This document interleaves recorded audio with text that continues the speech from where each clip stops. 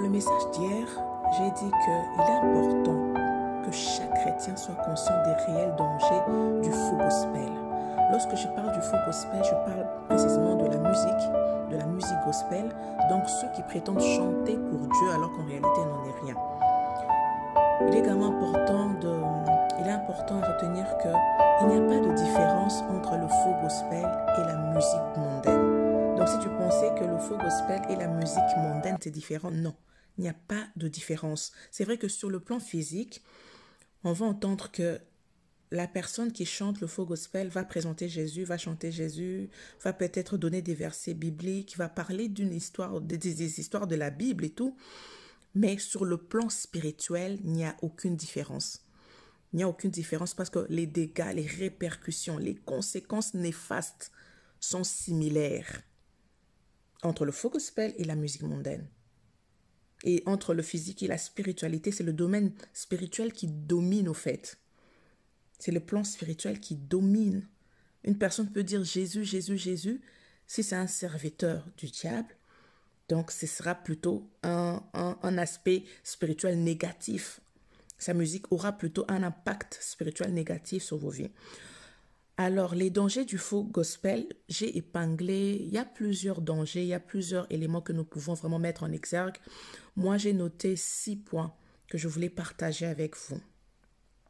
Premièrement, une personne qui chante le faux gospel vous fait, dans un premier point j'ai noté, ça vous fait pécher. Ça vous fait pécher parce que tu es en train d'adorer l'ennemi, tu es en train d'adorer d'autres divinités sans le savoir, de façon inconsciente. Alors que le péché, que ce soit conscient ou inconscient, ça reste le péché. La Bible dit, mon peuple périt faute de connaissance. En tant qu'enfant de Dieu, c'est que tu dois éviter. Tu dois éviter de manquer le discernement. Fais du Saint-Esprit ton ami, fais du Saint-Esprit ton allié, afin que, même en termes de choix de musique, d'artistes à écouter, qu'ils puissent t'orienter, qu'ils puissent vraiment te conduire, qu'ils puissent te conduire en toutes choses. Même dans des choses qu'on peut penser que c'est des petits détails, alors que ce n'est pas des petits détails. En adorant, en chantant avec le faux gospel, tu es en train d'adorer l'ennemi. Tu adores le diable.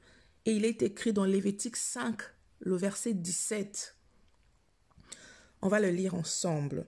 Lorsque quelqu'un péchera en faisant sans le savoir contre l'un des commandements de l'Éternel, des choses qui ne doivent pas se faire, ils seront coupables, c'est intéressant la suite, et sera chargé de sa faute.